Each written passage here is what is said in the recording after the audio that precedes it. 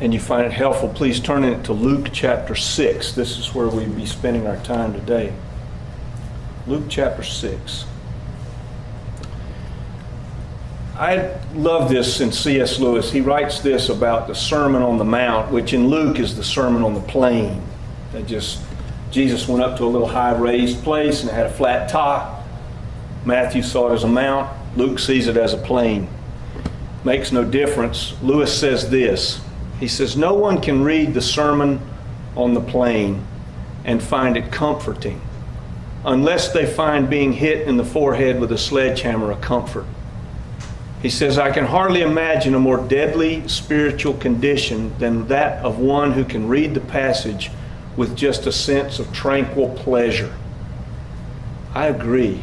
I don't see how you can read the Sermon on the Mount and come away from it with anything except a sledgehammer to the forehead. It's such a hard word, but there's a peace in the hard word, and we're going to look at that a little bit today. Jesus taught his disciples really three essential things in the Sermon on the Mount. You have to remember, this sermon is given essentially to his disciples. There's a crowd, but he's teaching them always. He taught them they could look forward to three things. They could look forward to being fearless in the face of opposition. He taught them that they would be absurdly happy. Not in the sense of happiness as we might call it, but in a sense that's so deep and pure and indestructible that they can't lose it. And then that they would be constantly in trouble. That's what he taught them. G.K. Chesterton, another one of my favorite writers, says this. He says, I like getting into hot water because I'm always clean. I like that. Let's look at the text today. I'll begin reading in verse 20 of chapter 6. Looking at his disciples, Jesus said to them, Blessed are you who are poor, for yours is the kingdom of God. Blessed are you who hunger now, for you will be satisfied. Blessed are the ones of you who weep now, for you will laugh. Blessed are you when people hate you, when they exclude you, when they insult you, and reject your name as evil because of the Son of Man. Rejoice in that day and leap for joy, because great is your reward in heaven. That is how their fathers treated the prophets who were sent to them. But woe to you who are rich, for you've already received your comfort. Woe to you who are well fed now, for you will go hungry. Woe to you who laugh, for you will mourn and you will weep. And woe to you when people speak well of you, for that is how their fathers treated the false prophets. Gosh. I mean, there's not a word in that doesn't turn everything we think about life and about happiness and about prosperity and about comfort upside down. It is upside down. It doesn't fit the way the world works for most of us, which is kind of scary to me. We don't see poor as a happy place. I mean, who in this room says, hey, let me just become poor and that'll be good? No, we work, we try to earn an income. We don't want to be poor. Jesus uses a word here, makarioi. Makarioi, it's a Greek term, and it literally means, you could take every place in the Sermon on the Mount where he says blessed, and you could substitute the word happy, because that's what it means. Now, as I look at these conditions as he lists here, I ask myself the question, how is this happy? I mean, if I understand happy, and I think I do, I think I know what it is to be happy, then none of this looks happy to me. It all looks the opposite of happy. Blessed are the poor. I mean, who wants to be like that? Blessed are they who mourn. I mean, who wants to mourn? It reminds me of something that Paul says. Jesus is teaching something here, but I think if we just take the text and look at the hardness of it, we've missed what it is he's trying to communicate to us. Paul says this to the church at Corinth, and I think there's a clue here. This is why when anybody looks at the Bible, I get this all the time. They'll take one passage, eye for eye, tooth for tooth. They'll pull it out, and they'll throw it in your face and say, oh, see, this is how God is. Well, you can't look at the Bible like that. You've got to look at it the genre of literature, then you've got to take and expand that a little bit and look at the context of the passage, then you got to expand that a little bit and look at the whole of the New Testament, got to expand that a little bit and look at the whole of the Bible. You can't take passages, we can't take them and isolate them that way, and it's done all the time. Paul says this, just to give you a window into what Jesus might be teaching us here. Paul says, for our light momentary troubles now are achieving for us an eternal weight of glory that outweighs all the trouble. There's something to that we're supposed to learn by what Jesus teaches here. I remember when I was a kid, I was once a kid, and I remember that. And I remember one of my favorite things to do was build plastic models. When I was building models, I don't know how they come now, I haven't seen one in 40 years, but when you bought them, you'd get a model of, say, a Camaro or a Mustang or a ship or an airplane, and all that came was a little flat box. And inside the flat box were stacked up these plastic frames, like a little thin piece of frame piping, and there would be all these parts stuck to the frame by little tabs of plastic. Little thin tabs. And you take the plastic, you break it, and if you really cared about your models, you would take a file and clean that little tab off before you stuck it together. But I was too much in a hurry. I didn't care about the little tags. I would go ahead and just get the glue out, and start sticking them together. And I remember when I was building these models, after I'd built 2 or 3, it was a letdown when I got done. See, I'm looking at the boat and thinking I can't wait to get it in the bathtub with me so I can watch it float and shoot it down and make it sink and kill all the people on board and that kind of thing in the tub. That was what I wanted to do.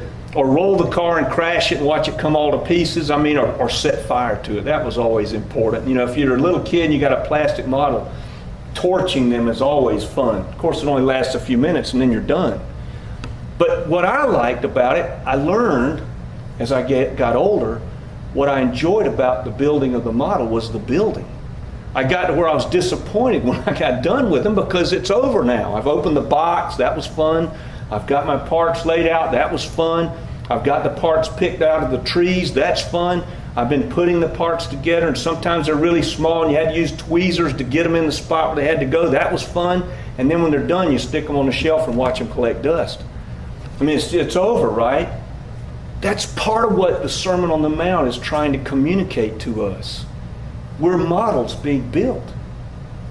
It takes a lifetime to build these models. So you might as well enjoy that process of being built, even though sometimes it's really hard. Sometimes it is hard. I used to love to watch documentaries. I still do a little bit, but not like I used to. Because when I first started, I don't know how many of you remember, I remember it, when the Discovery Channel came on.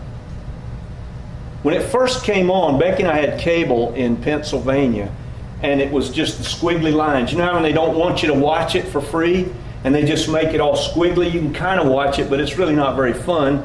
And there was this announcer that came on in the squiggly lines that said, if you would like to have the Discovery Channel talk to your cable provider. That would come on over the narration, so you'd miss part of that. But the old documentaries, it would say a documentary about the collared lizard that lives in Arizona. And the narrator would start, they'd show the picture of the lizard, and then on the screen it would show the lizard chase a bug down and then stand there. And he would stand there while the narrator talked for 4 minutes. Well, now, you count. Take your TV today and watch a documentary. Every 6 seconds the screen will change. So they're not like they used to be. But I remember watching one where eagles were raising their chicks on a cliffside in the West. And the mother, when it's time for the chick to get out of the nest, the mother will take the chick up very high. They can't just kick them out because they're rocks. So they take them with their talons and they take the chick up way, way, way, way, way up and let them go. Now the chick doesn't know how to fly. So you can imagine what that's like. What are you doing, Mom? And Mom lets you go, and now you're tumbling toward the earth at high velocity. You're not going to land well as you are now. So the mother would let the chick fall and fall and fall, and then she would swoop down in a dive, just before the chick hit the ground, catch the chick and carry it back up. And they just keep doing this until finally the chick learns how to fly. They have to survive the lesson, and the only way to survive it is to learn how to fly. There's another clue about you and me in that and the Sermon on the Mount. Because if you read the Sermon on the Mount and just take it in and say, gosh, I can't do any of that, you're right. We can't do any of that. Not by ourselves. He says, woe to the rich. I'm thinking to myself, man, I like rich people. I work for rich people. If there are no rich people, what am I going to do? And Jesus looks at the rich and says, woe to the rich. Now, I'm going to say something in here to all of us. Every person in this room is rich. If you get on go to the internet, if you have internet, and look up living conditions around the world, and you will see the fact that we eat every day dependably, that we have clothing to wear, we came here in vehicles, we're rich. Now, so when Jesus looks at the rich and says, woe to the rich, that's kind of us that he's talking to. So if we read the Sermon on the Mount and we just think, what a nice word, I'm with C.S. Lewis. I don't think that we've read it very well. The first thing Jesus deals with in this text is possessions. And I think that's the hardest one for us because we all have them. And our economic strength in this country is built on one word: dissatisfaction. This guitar's not good enough, I got to get a better one. My computer's not fast enough, I need a better one. My car's not nice enough, I need a better one. My clothing's too raggedy, I need better ones. Everything becomes this dissatisfaction level that drives the engine of economy. And our founders, they saw wisely that that would be a good way to build a really strong economy, is to make the market free and everybody would find dissatisfaction. And so they'd go out and spend money and create commerce. G.K. Chesterton, though, says something very interesting about what it is to have things. He says there are two ways to get enough. Only two. I never thought about this before. I wish I'd have said this. He says, one way is to accumulate more and more. He's right. The other is to desire less. And I think he's right there too. Isn't it nice that we live in a time in history where we've got more than we need and we can actually make a choice to desire less, and it's okay? We'll still be well fed enough and sheltered and clothed and all that? Wow. This first statement shows me that Luke is writing his gospel not to Jews. Luke is a Gentile. Because the way Jesus is given to say this first statement in Luke, Matthew says it differently. He says, blessed are you who are poor in spirit. Luke says, blessed are you who are poor. I'm thinking, if you're Jewish and you're sitting in that crowd, you just had your whole world turned upside down. You're like that commercial where everybody has their top of their head blows up and purple smoke comes out of their head. That's what you're like if you're Jewish and you're in this crowd. Because shalom for the Jew is everything. Shalom is my crops are good, my family's healthy, I'm healthy, my wife and me are getting along well, I've got money, my fields are just verdant and green, and all my goats are doing really well. Everything about life was tied up in that word shalom. It wasn't just the absence of conflict. When we say the word peace, for the Jewish mind, it meant something altogether different. And yet, there Jesus is speaking to a Jewish crowd and saying, blessed are the poor. That would have just blown them away. Paul says this, he says, what I'm saying is, and this goes so much with the way in which we could unpack this Sermon on the Mount for ourselves. He says, what I'm saying is, as long as an heir is just a child, he or she is no different from the slave. They own the whole estate, but because we are now heirs, God sends the Spirit of His Son into our heart, who calls out, Daddy, to God. It's a different way to look at the way in which Jesus is teaching us here. He's teaching us as a parent. Jesus is describing something for us too. He's describing being over doing. We're just so conditioned in our lives as Christians, as people, that doing establishes who we are. And if you read the Sermon on the Mount, the doing just isn't going to get it done. It's not going to be sufficient. There are a couple of things this sermon is not. One of them is it's not a constitution for the kingdom of God. It's not that.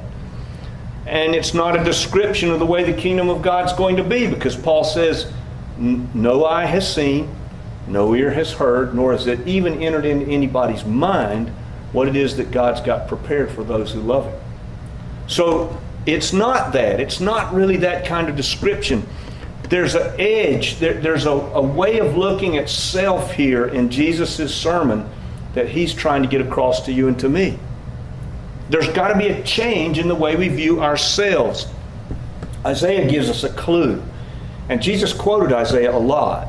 And Isaiah gives us a clue into what it is that Jesus is trying to communicate via this sermon. He says this in Isaiah 57, "This is what the high and the lofty one, God, says, the one who lives forever, whose name is holy. I live in a high, holy place, but I also live with the one who is contrite and lowly in spirit, to revive the spirit of the lowly, to revive the spirit of the contrite." How many of you have heard of the movie Sawtooth Ridge? Heard of that movie? It's a story about a guy in World War II who was a conscientious objector. Now, every time I hear that word, I think about Muhammad Ali. When I grew up, Muhammad Ali was a conscientious objector, and of course, if you chose to stay here in this country as a conscientious objector and not go into the military if you were drafted, they put you in prison for the duration of the war, or for 4 years, whichever came first. And so he went to jail. This guy was a conscientious objector, but he accepted being drafted. And he was a Christian. And he went to war, and his announcement to the drill sergeant when he was handed a rifle was, "I will not take up arms against another human being."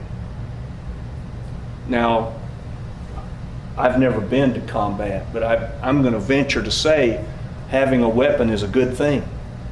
This guy said, "I'll not take up a weapon against another human being." They sent him to fight. He would not take up a gun. He was a medic.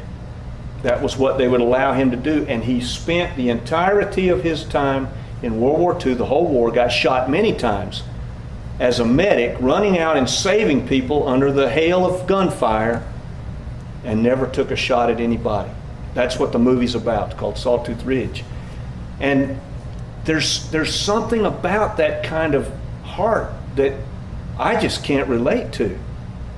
But it seems to me to be the kind of heart that Isaiah describes, the heart that's lowly and contrite, willing to set their life aside in order to obey what they see as the calling from God in their life. I think for us, the spirit of the lowly and the contrite is a portion of Scripture that sometimes we just don't hear very well.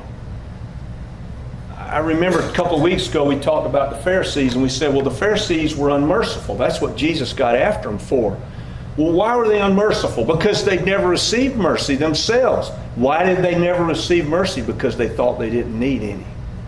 They thought that they were good. There's no spirit of the lowly there in somebody who thinks they're good and that they don't need God's mercy. That's not lowly. I think one of the problems that people have when they look at you and me as believers in this world and they say you're all just a bunch of self-righteous hypocrites is, I hate to say it, but I think they're kind of right. That we do display ourselves as self-righteous. We talk about people who are in sin, who do things that are wrong, who do things that we don't approve of or we think God doesn't. And God may not approve of it, but you and I, as people, have no right to stand over anybody. The only thing that separates any of us in this room from a criminal is we've come to God for mercy and maybe they have not. That's all. That is all. You and I have no place to stand over another person who's doing what we would call wrong and say, man, you're a bad person. We can't. Because all we've ever done is come to God and ask Him to forgive us. That's all. I mean, I think about the Saul of Tarsus. Here's this guy who thinks he's doing God's work, putting Christians in prison. He's convinced of it.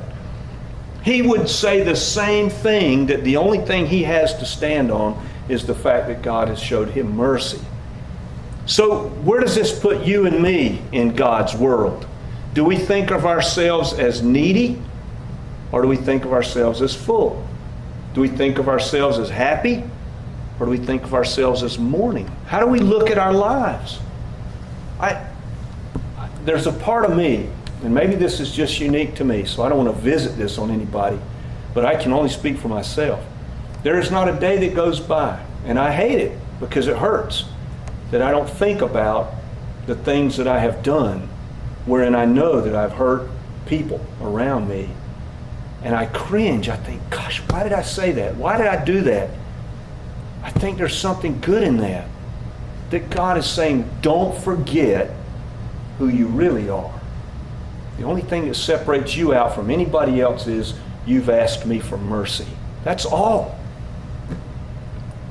You know, if you and I want to strive in this world to have everything, you can have it. Do you know that?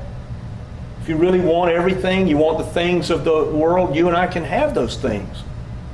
God will step back and say, go ahead. If that's how you want to spend your life, you can. And He'll grant them. But this sermon says to us, if that's the goal, then we're going to have all we're going to get right here. All we're going to get of God's blessing will be what we get right here. Man, that's a hard word. H. Farmer, the British philosopher, said this. He said, to Jesus, the terrible thing about having wrong values in life and pursuing those wrong things is not that we're doomed to be disappointed. That's not the problem. But we're not doomed to be disappointed. We can have them. And the problem is we will get them. I want to ask us, any of us in this room, and I ask this of myself, who of us can honestly say, honestly now, really think hard, none of our possessions, our accomplishments, our goals, our reputation are in any way interfering with who God would call us to be today? I can't say that. I wish I could. I know there are plenty of things in my life that I have as goals, possessions, reputation, accomplishments, wherein I'm looking at them and thinking, wow, you know, you're a pretty good guy, Rip. You're doing all right. And those will interfere with who God would have me to be. Just remember what Isaiah said. God says, I dwell with the lowly of spirit and the contrite of heart. Our values in life are going to be determined by what things we value. And so what things are we thinking about the most in this world? Do we think the most about heaven and what God would have us do and be? Or do we think about here and now? I can't answer that question for anybody. I don't even know if I can answer it for myself. If you have any questions about anything I've said today, you want to speak with me, pray with me, after the service, I'll stay as long as it takes as we close.